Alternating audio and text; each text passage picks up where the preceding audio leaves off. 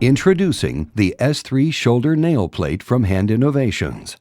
The SNP is the next evolution for the fixation of proximal humerus fractures.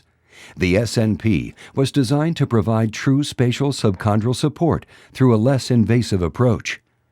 Combining the stable support and fixation of a plate with the less invasive profile of an intramedullary nail, the SNP combines fixed-angle locking proximal pegs and unicortical locking screws to secure a stable anatomic restoration of the proximal humerus. Begin by attaching the implant to the insertion jig by tightening the locking screw.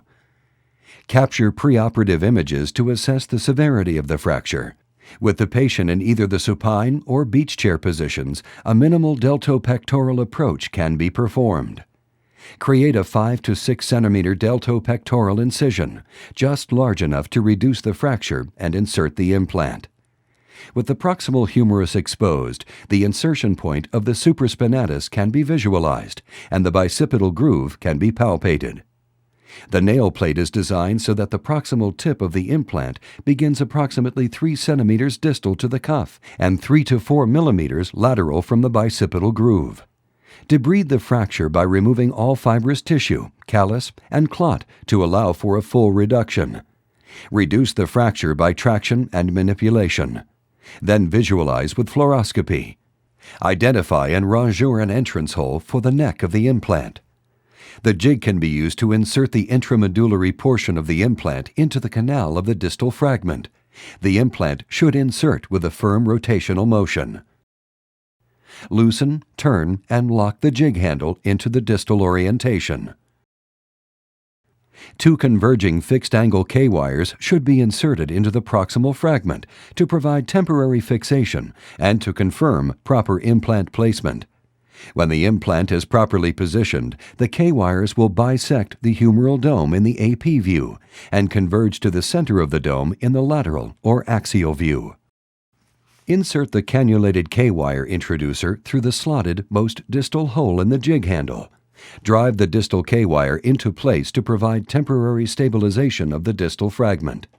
Remove the K-wire introducer and bend the K-wires out of the way. Loosen, turn, and lock the jig handle in the proximal orientation. Prior to drilling, make sure that the reduction is maintained. Fast guides come pre-assembled to the plate. Each will guide the drill in the precise, fixed-angle direction. The 4 mm short drill is used only to breach the lateral cortex of the humerus. To complete the peg or threaded screw holes, the 4 mm long drill or the step drill respectively is driven by hand and under fluoroscopic guidance. These drills are used to access the subchondral bone. The tip of the long drill has been designed to guard against penetrating the articular surface. Once the drilling is complete, the smooth pegs or threaded screws can be sized by reading the scale at the top of the fast guide. Once the screw length has been determined, the fast guide can be removed with the fast guide removal tool. Each peg or screw should be drilled for and inserted before moving to the next peg. Once all the pegs or screws have been locked into place, loosen, rotate, and lock the jig handle back into the distal position. Make a stab incision centered under the middle unicortical screw hole in the jig.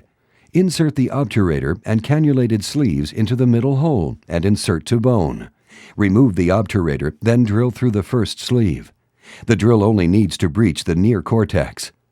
Remove the drill and the first sleeve and insert the unicortical screw through the remaining sleeve. Tighten the screw until it is snug. Repeat the screw insertion process for the remaining 2 screws through the same stab incision. Ensure the unicortical screws are flush to the bone. The K-wires and the jig can now be removed.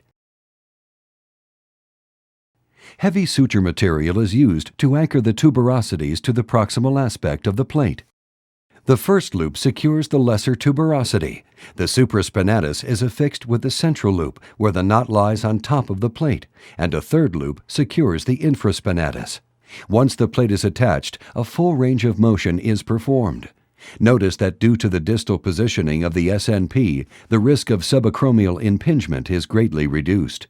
Utilizing fluoroscopy, confirmation images can be acquired to record final implant placement.